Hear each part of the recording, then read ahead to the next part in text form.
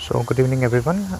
Today I'll be talking about some issues related to census, caste enumeration, and delimitation in women reservation. Okay, as well as we'll be talking about some changes in the assembly, legislative constituencies, and parliamentary constituencies.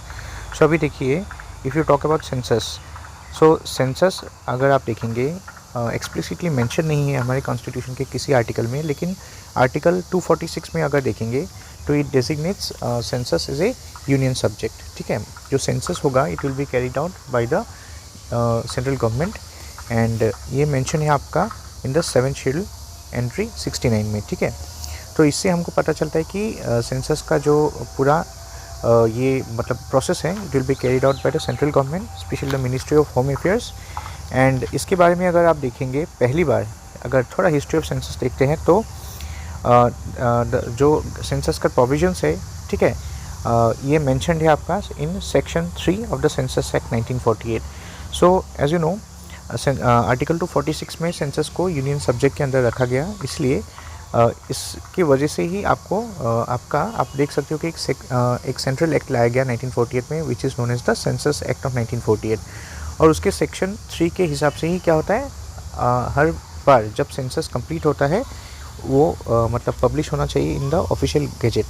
ठीक है, सो आप इसको याद रखिए, it is publish in the official gazette as per the provisions of section 3 of the census act 1948. अभी कुछ legislative and constitutional provisions अगर देखेंगे, so census act is regulated by the census is regulated by the census act of 1948. And इससे related जो census rules लाए गए इस act को मतलब इन एक्शन लाने के लिए वो 1990s में लाए गए. ठीक है, लेकिन ऐसा नहीं है सेंसस पब्लिश नहीं हुआ, it was publish on the basis of I mean different time to time. अगर देखेंगे census was publish from for a period of 10 years के गैप में मतलब सेंसस लाए गए. ठीक है, so you see this census is conducted by the office of the registrar general and census commissioner.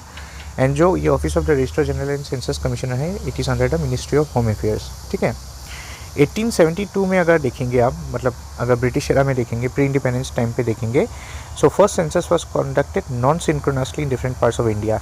ऐसा नहीं कि इंडिया में हर जगह एक साथ हुआ था सेंसस, नॉन सिंक्रोनसली मतलब अलग अलग जगह में अलग अलग टाइम पे सेंसस कंडक्ट किया गया था एंड कंपाइल किया गया था इन 1872. फिर 1881 में अगर देखेंगे सेंसस 1881 से ही क्या हो रहा है आपका सेंसस हर 10 साल के बाद कंडक्ट होता है. ठीक है, अभी प्रोसेस कैसे होता है ये सेंसस इन्यूमरेशन का. सेंसस यूजुअली अगर आप देखेंगे जो ट्रेडिशनली कैरी आउट हो रहा है ये 2 फेजेस में कैरी आउट होता है. सो फर्स्ट फेज़ है आपका house listing phase. House listing phase जो होता है वो 5 से 6 महीने के अंदर होता है. इसमें फोकस दिया जाता है on characteristics of buildings, house hold कैसा हाउस होल्ड है. ठीक है, इनफैक्ट अगर सेंसस 2027 अभी जो कंडक्ट चल रहा है वो अगर देखेंगे तो हाउस लिस्टिंग फेज़ अभी चल रहा है. ठीक है, सेंसस 2027 का जो हाउस लिस्टिंग फेज़ वो 1 अप्रैल 2026 में शुरू हो चुका है. और इसके बाद 6 to 8 months गैप के बाद पॉपुलेशन जो इन्यूमरेशन होगा, इसमें क्या होगा, this captures the demographic and socio economic details. और अगर इस बार सेंसस 2027 का देखेंगे, सो पॉपुलेशन इन्यूमरेशन जो होने वाला है वो फरवरी 2027 से 1 मार्च मतलब बिफोर 1 मार्च ये कंप्लीट हो जाएगा 2027. ठीक है, दैट मीन्स कंप्लीट फरवरी जो महीना है it will be dedicated to population enumeration. ठीक है, और ये census throughout the India होगा, 2 फेजेस में कैरी आउट हो रहा है. तो फर्स्ट फेज़ जो है हाउस लिस्टिंग फेज़ अभी चल रहा है. सेंसस 2027 क्यों डिफरेंट है, बिकॉज अब देखेंगे it is India's first digital census और रेफरेंस डेट रखा गया है जो आपका हाउस लिस्टिंग फेज़ है उसका रेफरेंस डेट मतलब हिली एंड स्नो बाउंड रीजन्स के लिए लद्दाख, जम्मू एंड कश्मीर, हिमाचल प्रदेश एंड उत्तराखंड में 1 अक्टूबर 2026 तक ये हाउस लिस्टिंग फेज़ कंप्लीट होने वाला है. एंड अगर आप देखेंगे house listing phase for rest of India वो मतलब अलॉन्ग विथ पॉपुलेशन इन्यूमरेशन ये बिफोर 1 मार्च 2027 ये कंप्लीट होने वाला है. ठीक है, अभी इस सेंसस में डिजिटल सेंसस तो होगा ही, उसके बाद और एक चीज़ यहाँ पे आप याद रखिए, कास्ट इन्यूमरेशन होगा. कास्ट इन्यूमरेशन देखिए सिंस 1951 ये पहली बार ऐसा हो रहा है कि हमारे इस डिजिटल सेंसस में 2027 वाला जो है ये सेंसस में आप देखेंगे कि यहाँ पे कास्ट वाइज मतलब ये डिफरेंट कैटेगरीज को इंक्लूड किया गया है. ठीक है, सो अगर आप देखेंगे लास्ट कास्ट सेंसस ऐसा नहीं है कि इंडिया में कभी नहीं हो चुका है. ब्रिटिश टाइम पे मतलब प्री इंडिपेंडेंस फेज़ में अगर देखेंगे लास्ट कास्ट इन्यूमरेशन हुआ था 1931 में. पोस्ट इंडिपेंडेंस में अगर देखेंगे अब तक कास्ट इन्यूमरेशन नहीं हुआ था, सिर्फ SC एंड STs के रिकॉर्ड्स थे. ठीक है, अभी ये कास्ट आई मीन सेंसस किस लिए इम्पोर्टेंट है? सो दो चीज़ें यहाँ पे लिंक्ड है, एक है डिलिमिटेशन, दूसरा है वीमेन रिजर्वेशन। सो डिलिमिटेशन के पॉइंट ऑफ व्यू से अगर देखेंगे, डिलिमिटेशन आपको पता ही है, it is the with drying of the boundaries of the legislative assemblies and the parliamentary constituencies, ठीक है। सो लेजिस्लेटिव असेंबली कॉन्स्टिट्यूंसी जो है LACs बोलते हैं हम लोग स्टेट के अंदर, और जो आपके पार्लियामेंट्री कॉन्स्टिट्यूंसीज है अलग अलग स्टेट में, ठीक है। सो ये पार्लियामेंट्री कॉन्स्टिट्यूंसीज को ड्रॉ करने का प्रोसेस है। अगर आप देखेंगे असम में एट प्रेजेंट अराउंड 126 LACs है, legislative assembly constituencies, and around 14 parliamentary constituencies है, ठीक है, मतलब लोकसभा कॉन्स्टिट्यूंसीज। अगर आप देखेंगे यहाँ पे डिलिमिटेशन, अगर असम की बात किया जाए यहाँ पे, सो इलेक्शन कमीशन ऑफ इंडिया ने कुछ रिवाइज नेम्स दिया गया था, ठीक है। मतलब इस बार जो डिलिमिटेशन हो गया असम में, इसमें कुछ असेंबली कॉन्स्टिट्यूंसीज एंड एक पार्लियामेंट्री कॉन्स्टिट्यूंसीज का, मतलब 19 असेंबली कॉन्स्टिट्यूंसी एंड एक पार्लियामेंट्री कॉन्स्टिट्यूंसी का नाम मतलब चेंज किया गया है, ठीक है। अगर आप देखेंगे this is the list existing, यहाँ पे 19 LACs का नाम दिया हुआ है, और यहाँ पे पार्लियामेंट्री कॉन्स्टिट्यूंसी एक का नाम चेंज किया गया है, ठीक है। बाकी टोटल नंबर ऑफ जो आपके पार्लियामेंट्री कॉन्स्टिट्यूंसी एंड LACs है वो सेम रखा गया, नंबर्स सेम है, ठीक है। सो डिलिमिटेशन अगर आप देखेंगे, और एक चीज़ आता है क्वेश्चन कि डिलिमिटेशन में अभी जो टोटल सीट्स रिटेन किए गए हैं दैट इज़ फिक्स्ड एट 126, मतलब 126 LACs है एंड 14 लोकसभा कॉन्स्टिट्यूंसीज है, पार्लियामेंट्री कॉन्स्टिट्यूंसी। ST सीट्स अगर देखेंगे इस बार तो 19 असेंबली कॉन्स्टिट्यूंसीज है ST सीट्स के लिए, और 2 पार्लियामेंट्री कॉन्स्टिट्यूंसीज है। और SCs के लिए देखेंगे तो 9 असेंबली कॉन्स्टिट्यूंसीज है, एक पार्लियामेंट्री कॉन्स्टिट्यूंसी है, ठीक है।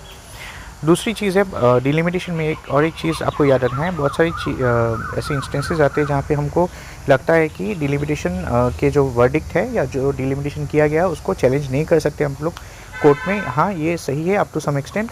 आर्टिकल 329 अगर आप देखेंगे यहाँ पे लिखा हुआ है, आर्टिकल 329 का जो क्लॉज ए है ये मेंशन करता है कि जो आपके डिलिमिटेशन के जो वर्डिक्ट है ये चैलेंज नहीं कर सकते कोर्ट में। बट 2024 में एक सुप्रीम कोर्ट का केस आया था, आप देख सकते हो इसमें लिखा है रेड कलर में, Kishore Chandra Rathore versus union of India case 2024। इसमें सुप्रीम कोर्ट ने वर्डिक्ट दिया था कि delimitation can be challenged if it contradicts constitutional values. So याद रखिए डिलिमिटेशन का जो वर्डिक्ट है या डिलिमिटेशन में जो प्रोसेस कैरी आउट कर चुका है ये चैलेंज नहीं कर सकते कोर्ट में, ऐसा नहीं है, it's not absolute, okay, until it contradicts constitutional values. और बेसिक स्ट्रक्चर डॉक्ट्राइन का आप एक पार्ट मान सकते हो इसमें। अभी डिलिमिटेशन अगर बात किया जाए तो आर्टिकल 82 मैंडेट करता है delimitation of state legislative assemblies and Lok Sabha constituencies, ठीक है, आफ्टर ईच सेंसस। सो इसलिए सेंसस इंपॉर्टेंट है, सेंसस से लिंक भी है डिलिमिटेशन। अभी तक डिलिमिटेशन कमीशन 4 हो चुका है, 4 बैठ चुके हैं under different delimitation acts of 1952, 63, 73 and 2002। 4 delimitation act हो चुका है, ठीक है। सो जो डिलिमिटेशन एक्ट 1951 है, इससे आपका डिलिमिटेशन हुआ था 1952 में बेस्ड ऑन सेंसस डेटा 1951। वैसे ही डिलिमिटेशन एक्ट जो है 1962 का, उसके हिसाब से आपका डिलिमिटेशन कैरी आउट हुआ था 1963 में। उस साल पॉपुलेशन का जो सेंसस जो डेटा यूज़ किया था वो 1961 का पॉपुलेशन सेंसस डेटा था। वैसे ही 1972 में आपका डिलिमिटेशन एक्ट आया था, उसके हिसाब से 1973 में डिलिमिटेशन कमीशन बैठा था और इट यूज़ था सेंसस डेटा 1971। एंड 2002 में डिलिमिटेशन एक्ट आया था और उसी साल डिलिमिटेशन कमीशन भी बैठा था and it had use the census data of 2001, okay. So census forms the basis of delimitation, ये याद रखिए। अभी हम कुछ कॉन्स्टिट्यूशनल अमेंडमेंट देखते हैं। एक है 42nd कॉन्स्टिट्यूशनल अमेंडमेंट 1976। इसमें क्या किया था, जो आपका मतलब ये डिलिमिटेशन में जो सेंसस यूज़ होते हैं, तो 1971 का जो सेंसस है वो यूज़ किया गया था डिलिमिटेशन उस टाइम पे, और 1976 में डिलिमिटेशन को फ्रोज किया गया था, ठीक है, फ्रोज किया गया था ताकि मतलब 1971 का सेंसस यूज़ कर सके।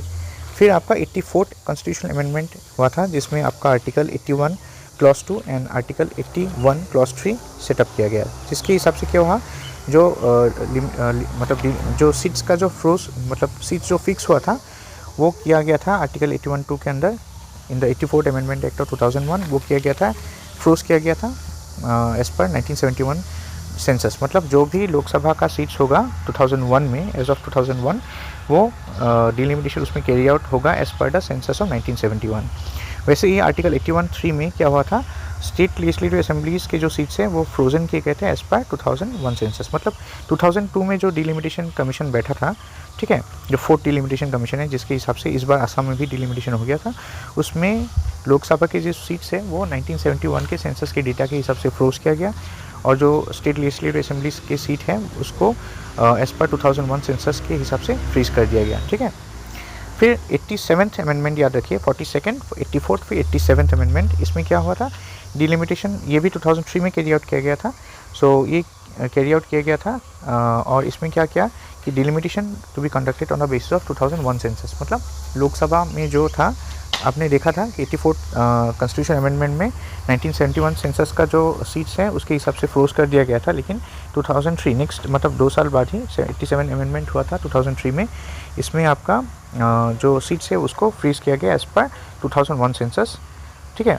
और ये 2026 तक मतलब वही चल रहा था। अब भी जो 2026 के बाद जो पहला सेंसस होगा उसके हिसाब से ही फिर delimitation commission, 5th delimitation commission बैठेगा, उसके हिसाब से पार्लियामेंट्री कॉन्स्टिट्यूएंसीज और LACs के कॉन्स्टिट्यूएंसी को फिर ड्रॉ किया जाएगा, एंड ऐसे ही एडजस्टमेंट होगा, ठीक है। अभी कुछ आर्टिकल्स देखते हैं रिलेटेड टू डिलिमिटेशन। एक है आर्टिकल 82 एंड 170। सो आर्टिकल 82 और 170 के हिसाब से आप बोल सकते हो कि डिलिमिटेशन और readjustment of boundary will be done in the parliamentary constituencies and assembly constituencies. Article 330 and 332 भी है, it refixes seats, ठीक है, which is for SCs and STs in लोक सभा एंड स्टेट लेजिस्लेचर। मतलब 330 जो है वो ST SC सीट्स को आप बोल सकते हो 330 के हिसाब से ही आपका जो अभी डिलिमिटेशन होता है ST एंड SC सीट्स का इन लोकसभा सीट्स, वो एज पर आर्टिकल 330 होता है। और सिमिलरली एज पर आर्टिकल 332 जो SC सीट्स हैं, ठीक है, ST एंड SC सीट्स हैं, वो स्टेट लेजिस्लेटिव असेंबलीज़ के फिक्स किए जाते हैं एज पर आर्टिकल 332, ठीक है। ये डिलिमिटेशन हमने समझ लिया। अभी विमेन रिजर्वेशन भी देख लेते हैं। अभी अगर विमेन रिजर्वेशन की बात किया जाए तो लोकसभा में अगर देखिए आप फिगर कि 82 women seats out of 552 seats in Lok Sabha are reserve for women, और you can say almost 15.2% of MPs in the Lok Sabha are reserve for women, and approximately सारे स्टेट लेजिस्लेटिव असेंबलीज में देखेंगे तो 9% seats of the MLAs are reserve for women. अभी क्या हुआ, 120th constitutional amendment bill 2023 में लाया जिसका नाम था women reservation bill, women reservation bill लाया गया था, ठीक है, 2023 में। So this is the 120th constitutional amendment bill. फिर क्या हुआ आपका, ये पास हुआ तो ये 106 कॉन्स्टिट्यूशनल अमेंडमेंट एक्ट बन गया 2023 में, एंड उसका दूसरा नाम क्या था, नारी शक्ति बंधन अधिनियम। फिर 131st कॉन्स्टिट्यूशनल अमेंडमेंट जो बिल था 2026, it was introduce in Lok Sabha 17 April 2026 में, लेकिन ये फेल हुआ। रीज़न ये था because of the north south gap as well as कुछ इश्यूज थे related to different violation article, especially article 334A contradict करता था, बिकॉज ये आर्टिकल 334A क्या करता है, it gives reservation to be effective after delimitation is undertaken census conducted, लेकिन census तो कंप्लीट नहीं हुआ, इसलिए 136 कॉन्स्टिट्यूशनल अमेंडमेंट बिल फेल हुआ, ठीक है। और इसके साथ 2 बिल्स भी इंट्रोड्यूस किए गए थे सेंट्रल गवर्नमेंट ने, मिनिस्टर ऑफ होम अफेयर्स ने, that is union territory laws amendment bill 2026 and delimitation bill 2026, ठीक है। सो ये 2 चीज़ें याद रखिए आप, इम्पोर्टेंट है।